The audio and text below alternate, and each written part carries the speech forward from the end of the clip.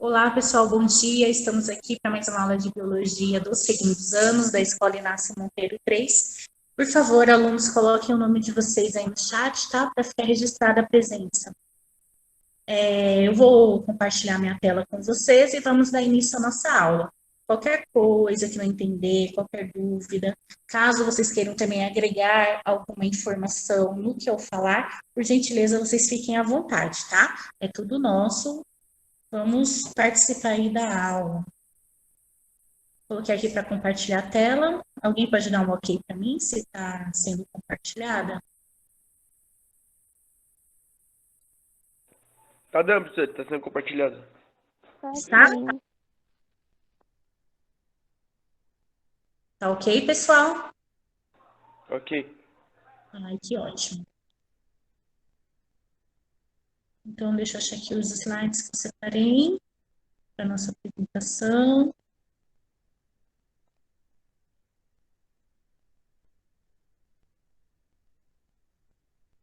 Pronto. Então, vamos lá, tá? Gente, qualquer dúvida pode me interromper, que eu falo novamente, explico para vocês. Emily, bom dia. Então, hoje vai ser uma retomada, tá? Lembra que eu comentei com vocês que no currículo do segundo ano, este ano, cada começo de trimestre, vocês vão ver uma revisão do conteúdo do ano anterior, né? Uma retomada, para não ficar aí uma defasagem no ensino de vocês. Então, a retomada é sobre a qualidade de vida das populações humanas, né? A distribuição desigual da saúde e condições socioeconômicas e qualidade de vida, né, em diferentes regiões do Brasil e do mundo. Em relação a essa semana, do dia 10 ao dia 14, tá? Eu coloquei aqui a habilidade para vocês. Analisar a mortalidade infantil, a esperança de vida ao nascer, tá? E saneamento básico. Hoje a aula está com mais cara de aula de geografia do que aula de biologia, mas como faz parte do currículo, então vamos lá, tá bom? Coloquei aqui para vocês uma frase de Amartya Sen. A análise da pobreza deve concentrar-se na possibilidade que tem o indivíduo de funcionar, mais do que nos resultados obtidos com esse funcionamento. Falando um pouquinho sobre o aspecto biológico da pobreza, né? Sen é um professor e ele ganhou um prêmio Nobel por desenvolver, né, dimensões éticas ao debate dos problemas econômicos vitais em relação à vida, né? E ele disse a seguinte frase: nós, seres humanos, somos fundamentalmente diversos. Isso é fato, né? Portanto, não se pode estabelecer uma linha de pobreza e aplicá-la rigidamente a todos da mesma forma, sem levar em conta as características e circunstâncias pessoais, tá? Então, ele quis dizer que nós não devíamos, né, definir pobreza sem verificar as características da pessoa, né, que está passando por aquela situação de pobreza, sem analisar as características pessoais dela. Em certos fatores geográficos, biológicos e sociais, multiplicam ou reduzem o impacto exercido pelo rendimento sobre cada indivíduo. Entre os mais desfavorecidos, faltam, em geral, determinados elementos, né? Como instrução, acesso à terra, saúde, longevidade, justiça, apoio familiar, comunitário, crédito e outros recursos produtivos. Voz nas instituições e acesso à oportunidade. Então, de acordo com o SEM, esses aspectos biológicos da pobreza, né, interferem na vida do ser humano de diversas formas, tanto na saúde, como na qualidade de vida, né? Sem dinheiro, sem uma condição legal, você não consegue muita justiça, né? Muitas das vezes as pessoas não possuem apoio familiar, as pessoas renegam, né, essas pessoas mais pobres, que menos têm condições sociais. Ciência. A pobreza pode deixar marcas biológicas permanentemente em crianças, tá? A pobreza pode desencadear, né, na pessoa várias coisas ruins desde quando elas são pequenas, desde quando são criança. Olha essa frase aqui para vocês também. A pobreza pode deixar profundos e permanentes efeitos biológicos em crianças pequenas, fazendo assim com que elas corram mais riscos de sofrer problemas de saúde e ter renda mais baixas quando se tornarem adultas. No caso, o que acontece? Quando uma pessoa, ela não, desde criança, ela não tem uma condição financeira estável, os pais não podem educá-la da forma correta, não pode colocar ela para fazer um curso e tudo mais, automaticamente, quando essa criança crescer, ela vai ser um adulto vulnerável, vai ser também um adulto pobre. Por quê? Porque ele não teve investimentos, né, para poder realizar um estudo melhor, né, mesmo independente de ser escola pública ou não, fazer algum curso, fazer uma faculdade. Então, eles acabam também sendo um adulto de baixa renda devido, né, aos aspectos de quando ele era pequeno permanecer na vida dele. Tem aqui para vocês uma figura que eu coloquei, tá? Não chora não, filho. Um dia seu pai vai ser muito rico e você vai poder ter todos os direitos humanos que quiser. Mas será complicado, né, pessoal? Isso é muito difícil, mas ainda mais no país em que nós vivemos, né? Complicadíssimo essa situação, porque a pessoa ela pode virar de vida se trabalhar muito, né, ganhar um dinheiro bom aí, fazer uns investimentos, ou então casar com uma pessoa já rica ou receber uma herança, né, do pai rico. Caso contrário, vamos ter que trabalhar para poder manter aí um padrão de vida interessante, né? Pelo menos em que dê para nós sobrevivermos. Alguém quer comentar alguma coisa sobre essa charge que eu coloquei aqui para vocês? Alguém concorda com o que esse pai está falando para o filho ou não? Pessoal, alguém se manifeste, por favor. Vocês concordam com o conselho que faz para o filho? Concordo, eu acho. Sim, não está errado. Tem que dar esperança para as pessoas, para as crianças, né? E falar para elas que é possível sim virar um jogo, porém com muito trabalho que a gente consegue chegar lá, mas realmente a pobreza deixa sim marcas biológicas nas crianças. A conclusão é de uma pesquisa apresentada nos Estados Unidos. Cientistas americanos definiram uma espécie de biologia da pobreza entre adultos que passaram a infância em um ambiente pobre, principalmente entre aqueles que vieram na miséria antes dos 5 anos de idade, tá? E essa pesquisa, o pesquisador que realizou, ele identificou, né, que a pobreza pode modificar profundamente a neurobiologia da criança pequena em desenvolvimento e afetar diretamente toda a sua vida. O estudo explica que a primeira infância é um momento fundamental para formar um cérebro que dê forma ao futuro cognitivo, social e do bem-estar emocional da criança. A gente pode tirar base por nós mesmos, né? Muitas das vezes, a criança, né, ou alguns de vocês mesmos, já quiseram um dia uma boneca, um brinquedo, e por algum motivo os pais não puderam dar, e vocês com certeza devem ter ficado chateados e tal, porque isso acaba afetando mesmo, né, a neurobiologia da criança. Então, a criança, ela vai crescendo naquela situação de que ela nunca vai poder ter as coisas, de que ela nunca vai poder realizar os sonhos dela. Então, a pobreza, de acordo com as pesquisas realizadas, elas marcam sim as crianças, tá? De uma forma da forma de neurobiologia, né, em relação à neurobiologia, ok?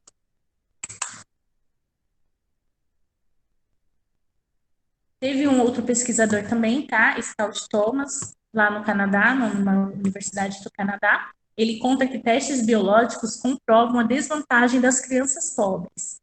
As crianças que crescem em um ambiente desfavorável mostram níveis desproporcionais de reação ao estresse.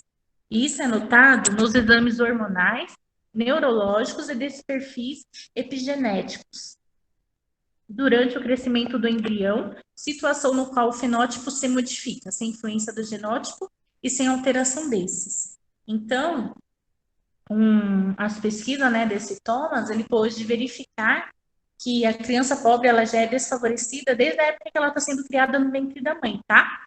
Devido a fatores externos, né, no caso, os fenótipos e genótipos, e a fatores, né, da própria organismo da mãe acabar mandando informações, né, desses problemas ao embrião, no caso.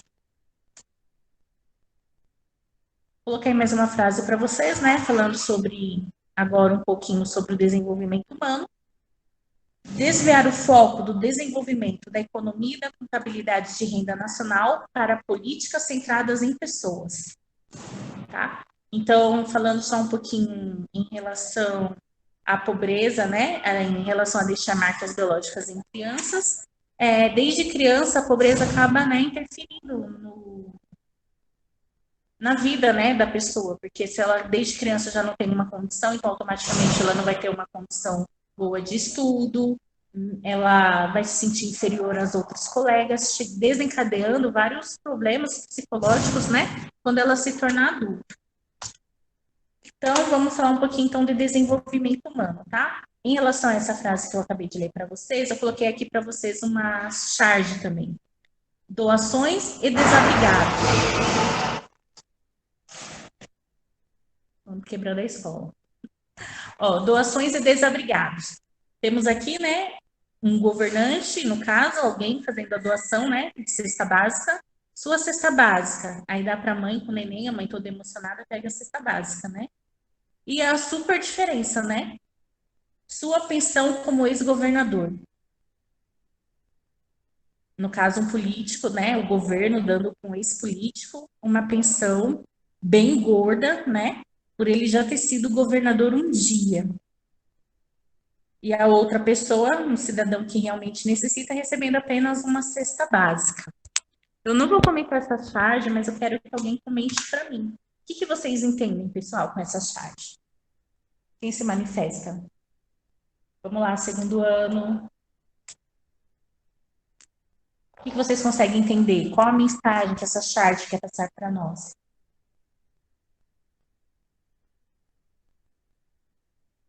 Pessoal, pode colocar no As chat. pessoas que precisam, eles não fazem muita questão de ajudar. Aí já os governadores, né, que roubam pra caramba, ganham muito dinheiro. Exatamente, tá? Infelizmente, o governo no Brasil é isso. Quem precisa não tem e quem não precisa quer sempre mais, né? O que leva, no caso, à corrupção. Muito obrigada, Giovana. Continuando a falar um pouquinho do desenvolvimento humano, lembrando que isso vocês tudo já viram ano passado, tá? É só uma retomada, uma revisãozinha, porque faz parte, né, do currículo de vocês do primeiro ano e agora no segundo ano vocês estão revendo, né?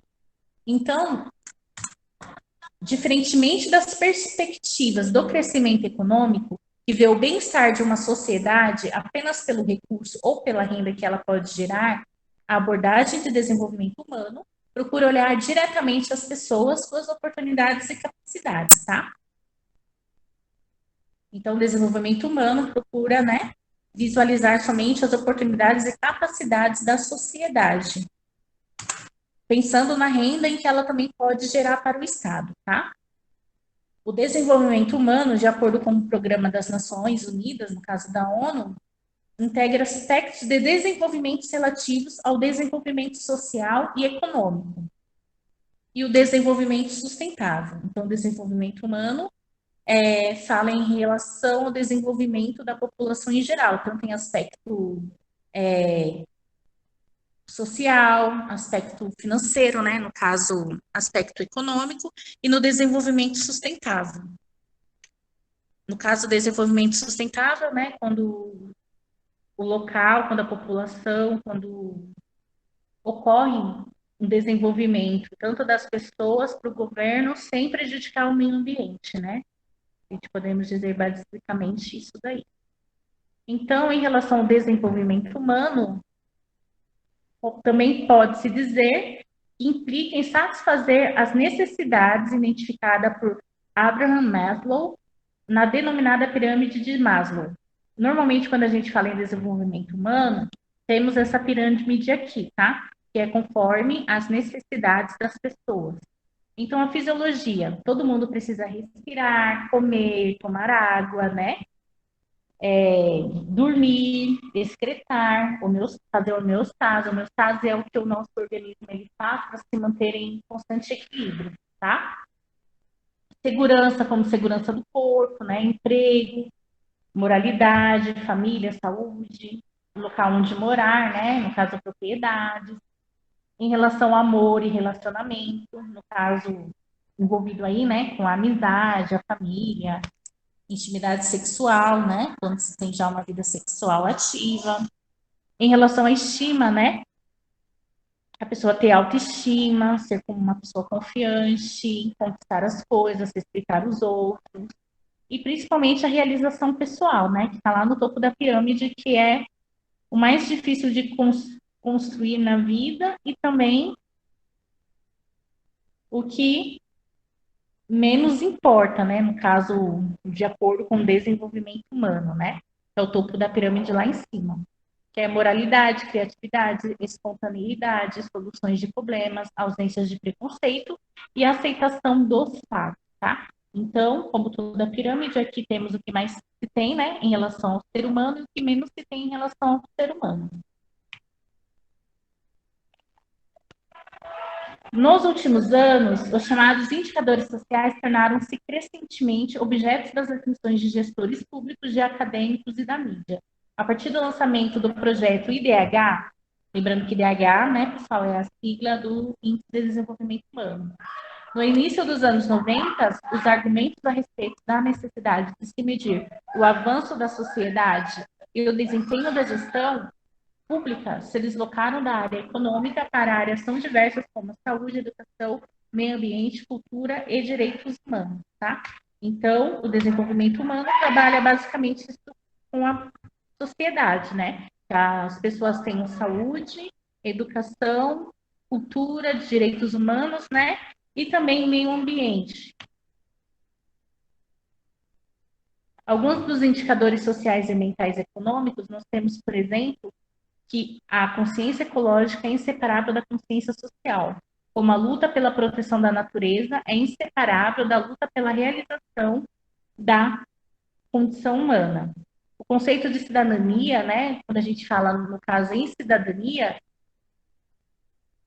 envolve também o direito de exercício sobre esse direito nas práticas sociais, e a cidadania pressupõe um ordenamento das relações dos homens entre si e da estrutura das relações sociais e deles com a natureza. Então, um dos indicadores sociais, ambientais e econômicos está definido, conforme aqui a imagem que eu coloquei para vocês, em respeitar o meio ambiente, tá? Porque sem o meio ambiente, sem a natureza, ocorre um grande desequilíbrio ecológico, afetando, né, vários fatores aí ambientais, sociais, econômicos e tudo mais, tá? Então, tudo está aglobado, no caso aí, a natureza. Coloquei aqui para vocês também uma charge. A pessoa cortou todas as árvores, está causando um desmatamento enorme. Aí depois reclama, meu Deus, por que esse calor tão grande? Por que a pessoa está passando, né, por esse calor tão grande? Porque está sem as árvores. Para quê? Para fazer sombra, para liberar oxigênio e absorver o gás carbônico, porque o gás carbônico, né, é um dos maiores fatores aí que causam, no caso, o efeito estufa e tudo mais. Então, fazendo desmatamento, automaticamente vai estar mexendo com o ambiente, com as populações, com tudo, né, com todas as pessoas, no caso. Olha só, em outros termos, né, indicadores ambientais são estatísticas selecionadas que representam, resumem alguns aspectos do meio ambiente, dos recursos naturais e das atividades humanas relacionadas. Em outros termos, é a capacidade, né, que o homem tem de agir sobre o meio natural para criar seu próprio meio. Quando o homem destrói, né, o que existe já de natural para criar, né, o que seria bom para ele. Desta forma, mais do que adaptar-se às condições do meio, a lei biológica universal, os seres humanos adaptam o meio às suas necessidades. Nós, seres humanos, ao invés de tentar se adaptar ao meio natural, não, nós queremos que o natural se adapte a nós. Isso é um grande erro que faz com que, né, ocorra aí grandes desastres ambientais. Aqui eu coloquei só uma informação, tá? Para não ficar sem. Sobre um decreto, tá, que foi realizado no dia 26 de abril de 2007, que o Ministério do Meio Ambiente, né, deixou que seria obrigatório, né, tudo em relação a indicadores sociais, ambientais e econômicos, envolver questões como a preservação, a conservação, utilização sustentável de ecossistemas, né, preservação e conservação da biodiversidade das florestas, instrumentos econômicos e sociais para melhoria da qualidade ambiental e o uso sustentável dos recursos humanos e entre outros.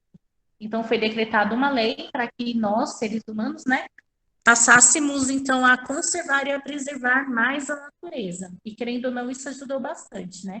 Deu uma segurada, mas não resolveu todo o nosso problema.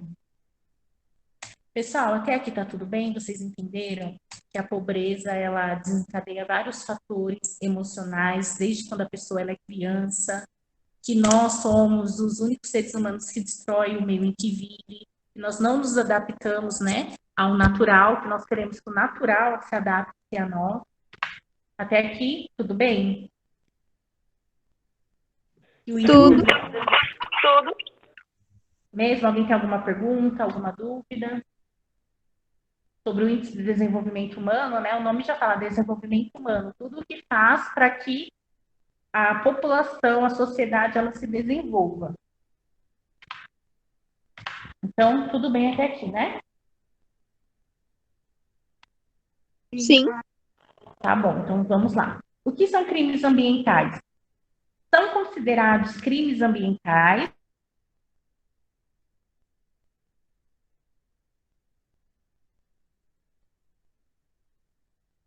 né, de causarem danos à saúde, ou então que provoque a mortandade de animais ou a destruição significativa da flora.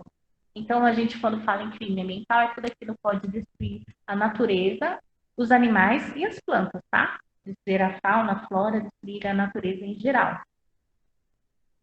Indicadores econômicos. O que seriam indicadores econômicos? São informações quantificadas de cunho científico, de fácil compreensão usada nos processos de decisão em todos os níveis da sociedade, úteis como ferramentas da avaliação de determinados fenômenos, apresentando suas tendências e progressos que se alterem ao longo do tempo, tá? Então, indicadores econômicos é tudo aquilo que faz com que as pessoas tenham mais dinheiro. Isso aqui eu coloquei para vocês uma tabelinha só para vocês terem mesmo e relembrar aí, vocês verem muito em geografia. No caso aqui é PIB, que é o Produto Interno Bruto, né? Que refere-se à soma de todas as riquezas produzidas dentro do território nacional de um país em um determinado período. Nós chamamos isso de PIB, tá? Inflação. O que seria a inflação? Processo de elevação do nível geral de preços, isto é, a média de preços de uma economia, que provoca uma perda de poder aquisitivo da moeda. Aí, né, define assim, se o governo gasta mais do que arrecada e cobre seus gastos extra emitindo dinheiro, está provocando uma desvalorização da sua moeda. É o que tem acontecido aqui no nosso país atualmente, tá? Diz, né, que o governo gasta mais do que arrecada. Então, para tapar os buracos, coloca tudo muito mais caro para que possa ser arrecadado um valor maior. Porque quanto mais caro as coisas, mais impostos nós pagamos, né? Então, por isso que a inflação vai lá no alto, tudo caro. Juro, o que seria juro? Taxa de juros de um empréstimo ou financiamento que inclui a correção monetária, tá? Corrigida pela inflação do período. Em geral, as taxas de juros oferecidas nos financiamentos são nominais, já que não há desconto da inflação. O juro real desconta a inflação do período. Então, os juros é um valor, né, que acaba cobrindo, né, a inflação. No caso, se eu empresto para vocês um dinheiro hoje e vocês vão me pagar mês que vem, então os juros vai ser para suprir a inflação das coisas que vão estar mais caras, no caso, no mês que vem, tá? Então, os juros trabalha mais ou menos em relação assim. E rating, né, é a avaliação e a classificação de risco, também conhecida como rating, né, é a opinião técnica de uma empresa independente especializada sobre a capacidade de um fundo de investimento, companhia ou país em saldar compromissos financeiros, tá? Este é um termo que se utiliza muito aí na área da economia. Acho que alguém já ouviu falar sobre isso? Não? É bem difícil mesmo ouvir falar sobre isso. Aí eu coloquei essa tabelinha só mesmo para vocês ficarem mais por dentro, tá? Falando mais um pouquinho, né, de desenvolvimento humano, o IDH. Olha só essa charge. o índice de desenvolvimento humano melhorou já a educação. Totalmente contraditório, né? Olha só como que a criança não está alfabetizada corretamente, né? Ela quis dizer uma coisa que não é verdade, né? Porque ela não consegue nem escrever corretamente, então acaba ficando contraditório. O que é, então, pessoal, conforme eu já falei um pouquinho para vocês, que a pobreza tem a ver com o índice de desenvolvimento humano? O que seria, né, no caso, a definição desse índice de desenvolvimento humano? O que seria o IDH, tá? É uma medida comparativa usada para classificar os países pelo seu grau de desenvolvimento humano e para ajudar a classificar países como desenvolvidos ou em desenvolvimento ou em subdesenvolvidos, né? Desenvolvimento humano muito baixo. Então, o índice, né, de IDH é em relação à classificação dos países, para verificar, né, se o país ele é desenvolvido, se ele está em desenvolvimento ou se ele é um país subdesenvolvido. No caso, se ele não avança, né? E alguns critérios da avaliação é a partir do relatório de 2010, o IDH combina 3 dimensões, tá? O índice de desenvolvimento humano, então, está baseado em uma vida longa e saudável, as pessoas terem, né, uma vida longa e saudável, que nós chamamos de expectativa de vida ao nascer, e quando nasce a gente, né, vê mais ou menos se a pessoa vai ter uma vida longa e saudável. Se as pessoas terão acesso ao conhecimento, né, anos médios de estudos e anos esperados de escolaridade, as pessoas terão uma escolaridade estável, né, no caso até o ensino médio, e um padrão de vida decente, tá? De acordo com o PIB.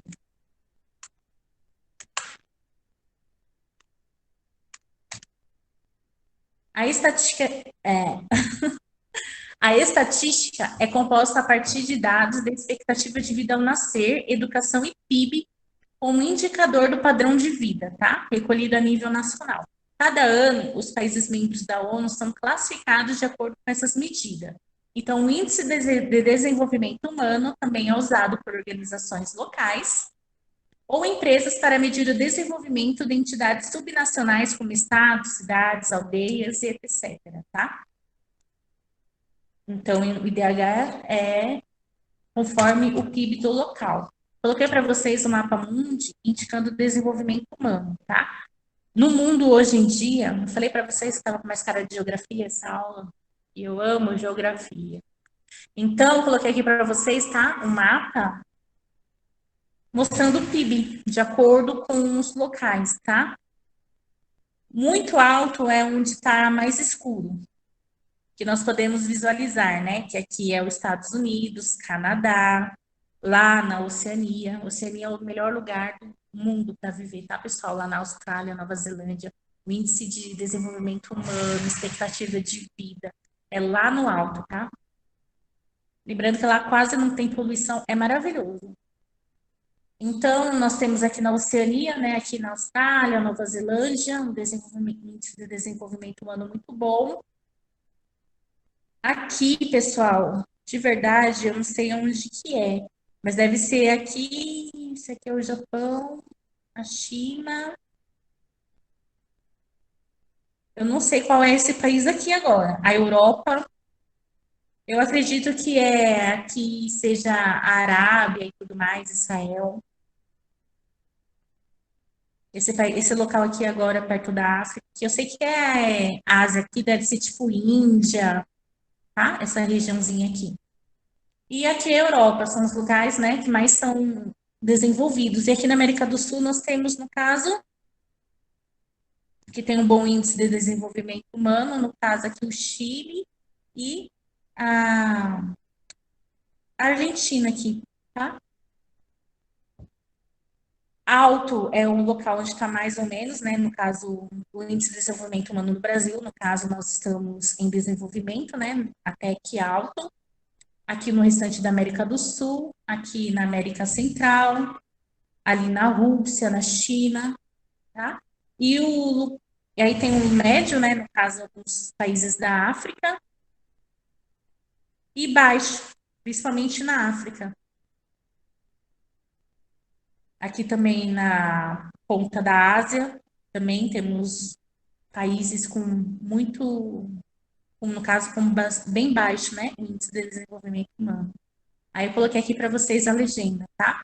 De uns países onde temos mais, né, índice de desenvolvimento humano, de outros que não possuem.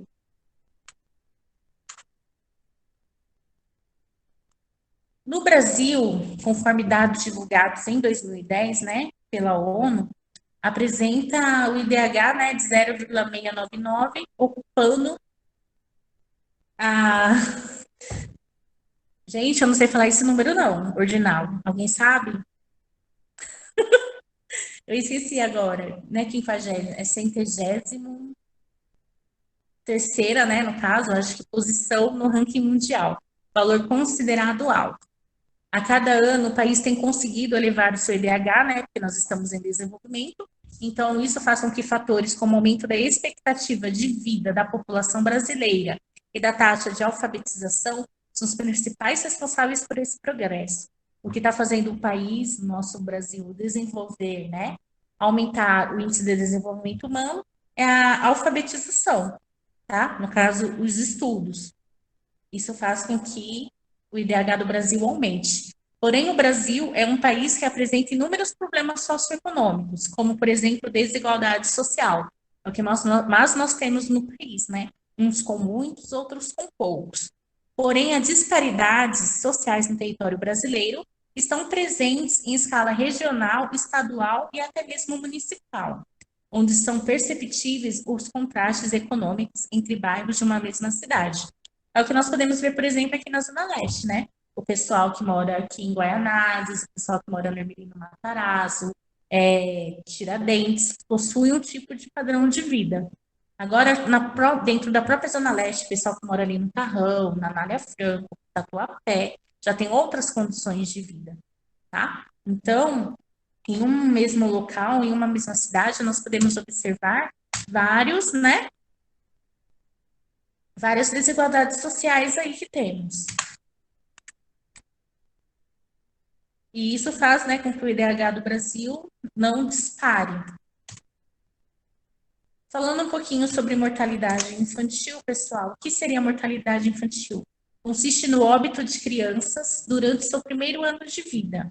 E a base para calcular a taxa de mortalidade infantil, que consiste na mortalidade infantil observada durante um determinado período de tempo, normalmente um ano, referida ao número de nascidos vivos do mesmo período.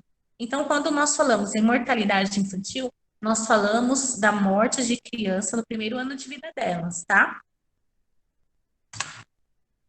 O que causa a mortalidade infantil hoje no Brasil? Famílias desestruturadas, tá? Às vezes não leva a criança para uma vacina, não dá uma higiene para a criança pega algumas doenças e acaba morrendo, né? Antes de fazer um aninho de vida. Então, as famílias desestruturadas, né? Falta de condições financeiras, às vezes a criança adoece, a pessoa não consegue comprar um remédio e tudo mais, devido a não ter uma condição financeira legal, acaba tendo, né, a morte da criança, infecções hospitalares, né? Quando acontece algo e a criança ela é internada e tudo mais, pode pegar infecção, investimentos escassos, né? E saúde precária. Tudo isso em relação ao dinheiro, né? Então, a mortalidade infantil, uma das causas é essa. Faz com que as crianças menores de 1 ano morram, né? No Brasil, coloquei aqui, tá? Daqui a pouco eu falo aqui a taxa para vocês. E o que nós podemos fazer, pessoal, para evitar um pouco, né, a mortalidade infantil, fazer com que as nossas crianças, elas passem, né, de 1 ano de idade. Divulgar a meta de redução de mortalidade infantil, desenvolver programas de orientação aos pais de cuidado com as crianças, porque das coisas que mais ocorrem a mortalidade infantil são as famílias desestruturadas, né? E hoje em dia todo mundo tem informação de como criar um filho, gente. Você sabe o que você pode fazer com a criança e o que não pode, né? Então, para mim, na verdade, para mim é puro relaxo, mas, né, para resolver esse problema, orientar os pais, para ver se dá uma ajudada aí. Providenciar locais adequados para atendimento da saúde dos bebês, Incentivar as mães a amamentar os bebês com leite materno, porque é muito importante, né? Até pelo menos 6 meses as crianças mamarem, né? Porque faz com que o organismo dela evite muitas infecções, fique mais forte, mais imune. A imunidade da criança aumenta muito quando ela mama bastante no peito. Desenvolver oficinas sobre cuidados infantis, né? Em que as pessoas aprendam, né? Sobre cuidados com as crianças. E criar possibilidades para a pesagem de crianças e orientações sobre higiene e alimentação. Isso faz com que a mortalidade infantil diminua. No Brasil tem abaixado muito a mortalidade infantil, tá? Desde os anos 2000, coloquei aqui para vocês, tá? Em porcentagens, o declínio da mortalidade infantil. Em 2016 deu uma aumentada, mas eu estava vendo atualmente, em 2021 está bem baixo. Abaixou bem mais a mortalidade infantil. Então, ocorre um declínio, né? Porque, querendo ou não, as pessoas acho que estão tendo mais ciências, né? Temos mais tecnologias, temos mais benefícios, né? Para poder cuidar hoje em dia da saúde das pessoas e tudo mais. Então, isso acaba somando também. Por isso que tem decaído muito a mortalidade infantil no Brasil, tá? Então, mortalidade infantil basicamente é isso que eu falei para vocês. Vocês querem comentar alguma coisa sobre a mortalidade infantil, gente? Perguntar alguma coisa, acrescentar, agregar? Sim ou não?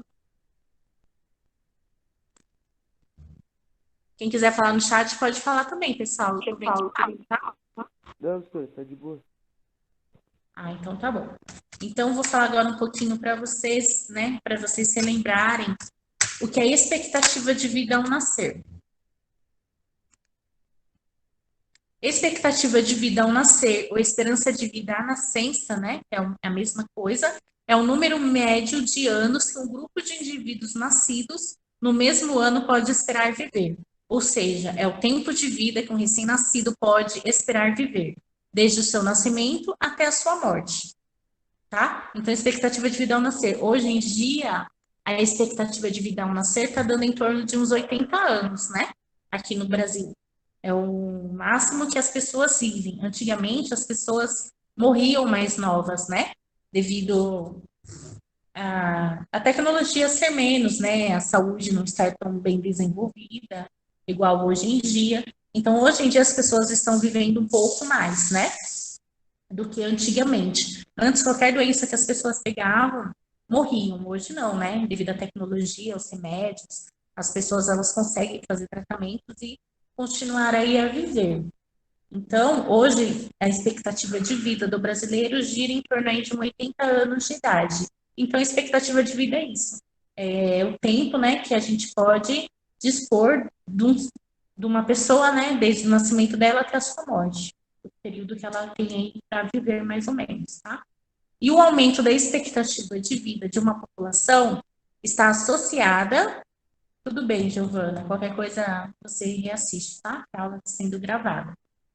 Então, o aumento da expectativa de vida da população está associado à melhoria das condições de vida dessa população, em relação às políticas públicas, avanços tecnológicos que promovem, né, essas melhorias. Então, hoje, as pessoas vivem mais por quê? Porque possuem saúde de qualidade, possuem uma educação, uma situação socioeconômica um pouco melhor, saneamento ambiental, né, habitação, criminalidade, campanhas de vacinação, avanços da medicina, os cuidados com as gestantes, né? Acompanhamento pré-natal gratuito e entre outros. Ok? Coloquei aqui para vocês mais um mapinha, só para vocês verem que em 2005 o IBGE né, colocou aí uma pesquisa comparando a expectativa de vida entre os estados brasileiros e revelou as desigualdades e contrastes regionais do país, tá? Enquanto o Nordeste figura no ranking a pior média, no caso, 69 anos, e a região Sul com a maior expectativa de vida em torno de uns 74 anos, tá? Aí coloquei aqui para vocês o mapinha. Eu vou disponibilizar para vocês o site, tá, pessoal? Fiquem em paz, vocês façam as anotações necessárias e visualizem melhor, tá? Fica até melhor para vocês visualizarem em PDF. Aqui, desse lado aqui, expectativa de vida no Brasil. Os locais que as pessoas menos vivem é lá no Nordeste, tá? Devido que a situação financeira do local, a saúde, né? Que às vezes lá, dependendo dos locais onde moram, seja um pouco mais precária. No caso lá do Maranhão, Piauí, na Paraíba, Pernambuco, tá? As pessoas vivem lá, em média, tem pessoas mais velhas, lógico, né? Tem as exceções, mas as pessoas lá, a expectativa de vida delas é abaixo de 69 anos, tá? E aqui no Sul, mais de 74 anos, e em São Paulo as pessoas vivem em torno, né, de 72 a 74 anos, mais ou menos. Tá? Eu coloquei aqui para vocês a expectativa de vida conforme os estados brasileiros. Falar um pouquinho agora da importância do saneamento básico. Uma das doenças mais comuns devido à falta de saneamento básico, nós temos a ixtossomose, também conhecida como barriga d'água, tá? De acordo com o gráfico, os números de casos de ixtossomose têm diminuído desde 1990, passando de 16 mil casos para 400 casos por ano.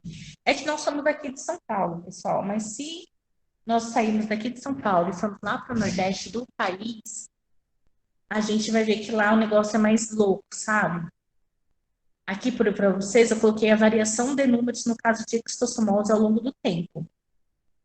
No estado de São Paulo, tá? Não vamos nem lá para o Nordeste, vamos ficar aqui mesmo em São Paulo. Mas lá é bem pior, tá? Em 1990, tinha muitos casos, tá? De ixtossomose. Chegamos a ter 16 mil casos, mais ou menos. E hoje em dia, depois dos anos do ano 2000, caiu muito, tá? O caso de ixtossomose, no caso dessa doença também conhecida como barriga da água. O que seria a ixtossomose, pessoal? É a transmissão, né, ocorre pela penetração das cercárias através da pele, dos pés e das pernas. Uma vez na circulação sanguínea do homem, tá? É uma doença causada por vermes, né? Os vermes chegam ao fígado, onde depositam seus ovos. Eliminados pelas fezes, os ovos podem contaminar a água, atingindo novamente o homem, tá? Então, a ixtossomose ocorre da seguinte forma, tá? É uma doença devido à falta de saneamento básico. Então, ocorre da seguinte forma, vamos lá. Temos aqui, por exemplo, o homem, né? Sentado aqui com os pés no riozinho. Lembrando que a pessoa pode absorver ixtossomose através da água, tá? Bebendo a água. Então, aqui é apenas uma ilustração. O cara tá aqui, né, com o pezinho no riozinho, de boa. Mas o que aconteceu anteriormente? Uma pessoa doente com ixtossomose, com esse verme, foi e fez um cocôzinho, tá? Aqui na água, ou então o esgoto da casa desse homem doente vai parar aqui na água, tá? O que acontece? Os ovos da ixtossomose ficam nessa água aqui, porque não tem saneamento básico, certo? Então, o esgoto não é coletado. Então, a pessoa, né, doente, de alguma forma, a bostinha dela foi parar nessa água e contaminou a água. Chegando na água, esse ovo vai eclodir e formar um miracídio, que é essa larvinha, só que ela é cheia de cílios, sabe? Cheia de ciliozinhos para a movimentação dela. O que acontece? Só essa larva não vira ixtossomose no novo organismo, tá? Ela precisa de um hospedeiro intermediário. Ela precisa entrar dentro de um hospedeiro. E os hospedeiros da ixtossomose é esse tipo de caramujo, tá? O planorbídeo. Ok? Para ter essa doença, precisa ter esse caramujo envolvido no meio, porque essa larva ciliada, ela vai se desenvolver no organismo desse tipo de caramujo, não são todos caramujos, tá, pessoal? Ele é um caramujo bem grande. E dentro desse caramujo, ela vai se transformar em cercárias, em outro tipo de larvas. Antes ela era ciliada e agora ela não é mais. Agora ela é do tipo cercária. Tem aqui a fotinha bonitinho para vocês visualizarem. Aí ela, desse jeito, nesse tipo de larva, ela penetra na pele, né, da pessoa, causando coceira, e essas larvas, né, se transformam em vermes e se alojam lá no fígado da pessoa, certo? No intestino, se alojam. Aí a pessoa ela fica doente, fica ai, caramba, esquistossomose, tá? Com barriga da água, a barriga da pessoa incha, cresce. Nossa, é um tratamento bem louco para curar esquistossomose, tá? Aí o que acontece? Aí essa pessoa doente também vai para casa dela, dá descarga e cai no lago, aí outra pessoa vai lá nadar no lago, aí assim vai embora, tá? Então aqui eu coloquei para vocês o ciclo da esquistossomose. E os sintomas, né, variam em funções do tipo e da quantidade de parasitas, da idade e do estado físico da pessoa. Antes do parasita depositar seus ovos, a pessoa infectada, em geral, sente-se, né, um leve mal-estar, sente uma febre, uma tosse, dor muscular. E na fase aguda, mais ou menos 2 meses depois da infecção, né, porque é apenas um verme. Você até então só vai passar um pouquinho mal e tal. Mas, após desse verme fazer colocação de ovos, o paciente apresenta, além de mal-estar, emagrecimento, diarreia e aumento do baço e do fígado, fazendo com que a pessoa fica com um baita de um barrigão, tá? Onde que nós chamamos, então, a esquistossomose de barriga d'água. E na fase crônica, destaca-se dores de barriga e diarreia. E se a infecção estiver instalada no intestino, o fígado aumenta de tamanho e fica doloroso. Mas com o passar do tempo, tende a diminuir de tamanho e ficar endurecido, perdendo suas funções, tá? Ou seja, o fígado perdendo as funções dele, a pessoa entra em óbito, tá? O organismo fica comprometido de maneira geral, acumula-se grande quantidade de líquido no abdômen, por isso o nome barriga da água, né? A barriga da pessoa fica bem inchada, e muitas vezes até o esôfago fica comprometido, né? Esse caminho que liga ao estômago, leva o alimento ao estômago. Com a presença de entucimento de suas veias, varizes do estômago, tá? Fazendo com que nada mais passe pelo esôfago da pessoa. Então, a esquistossomose, no Brasil, é a doença que mais se tem devido à falta de saneamento básico, tá? E a esquistossomose já levou muitas vidas embora hoje já estejam mais controladas. E eu coloquei para vocês o ciclo falando sobre a esquistossomose. Então, pessoal, hoje nós relembramos o que é índice de desenvolvimento humano, o que é mortalidade infantil, o que é expectativa de vida ao nascer e a importância, né, de ter um saneamento básico adequado, tá? Lembrando que isso tudo está ligado com o currículo de vocês do primeiro ano e que hoje nós estamos apenas fazendo uma retomada de conteúdo, tá? Que no caso é a qualidade de vida das populações humanas, certo? Então, nossa aula basicamente foi isso. Eu quero que vocês me façam alguma pergunta, caso não entenderam. Acrescente alguma coisa, caso vocês queiram falar, para enriquecer a nossa aula. Por gentileza, alguém quer falar? Tá tudo esclarecido, senhora, pra mim. Falta razão. Ficou explícito, gente, a aula hoje? Na verdade, vocês já viram tudo isso, né? Mortalidade infantil, eu acredito que até em geografia. Vocês já devem ter visto também ano passado. Expectativa de vida ao nascer. Eu esqueci quando passou. Mas eu já vi Oi? esse negócio da. Mas é Esquistossomose. esquitofimose. Não foi ano passado, esqueci. Qual ano foi? Esquistossomose a gente vê em biologia quando a gente estuda os vermes, né?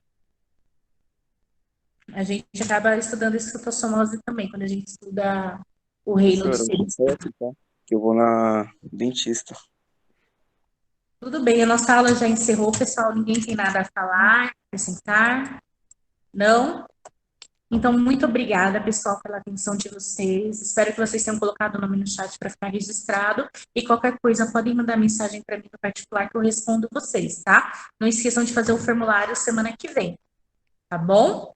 Qualquer dúvida pode chamar e é tudo nosso. Muito obrigada pela participação de vocês. Deixa eu encerrar aqui a gravação. Caso alguém queira falar comigo, é só ficar na sala, tá bom? Tchau, professor.